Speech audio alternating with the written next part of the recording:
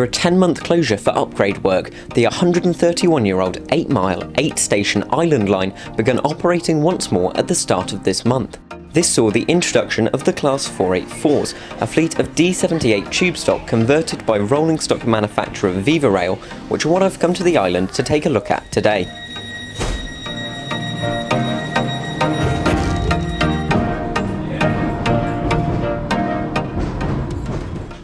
Our first stop is Ryde Esplanade, from which it's a couple of minutes walk to the infamous Ryde Tunnel.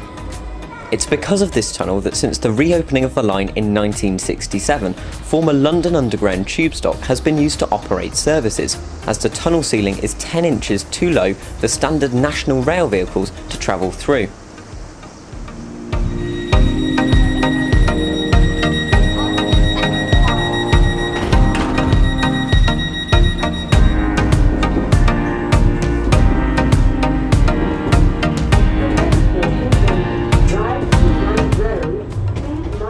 Next stop, Ryde St John's Road, the only station on the network to have more than 2 platforms. When the station opened in 1864, it was the northern terminus of the Island Line and simply called Ryde.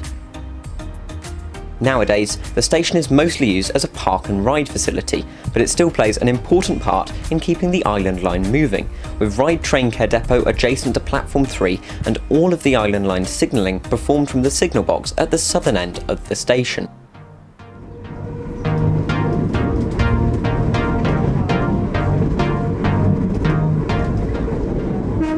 The 484s themselves have significantly better ride quality over the old units, as well as enhanced passenger facilities such as USB ports, dot matrix boards and automated announcements, and a wheelchair area with an easily accessible onboard ramp.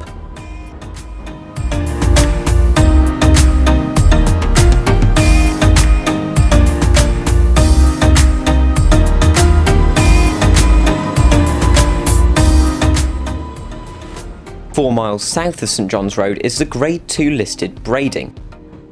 Here has received the most significant upgrade as part of the Island Line upgrade programme, with the passing loop and second platform reinstated to allow for increased service frequency and improved connectivity with sailings to the mainland at peak times. The station also boasts a heritage centre, cafe and tourist information point, although these were all closed on the day of our visit.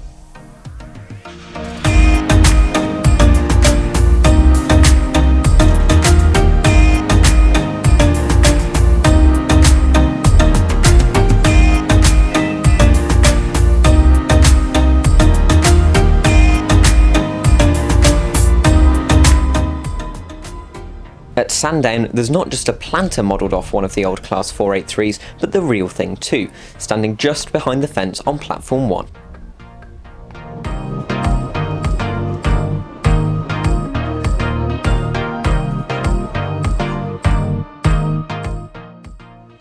Shanklin is the end of the line for today's journey, where I've just enough time to grab a couple of shots before jumping back on board for the return to Ryde.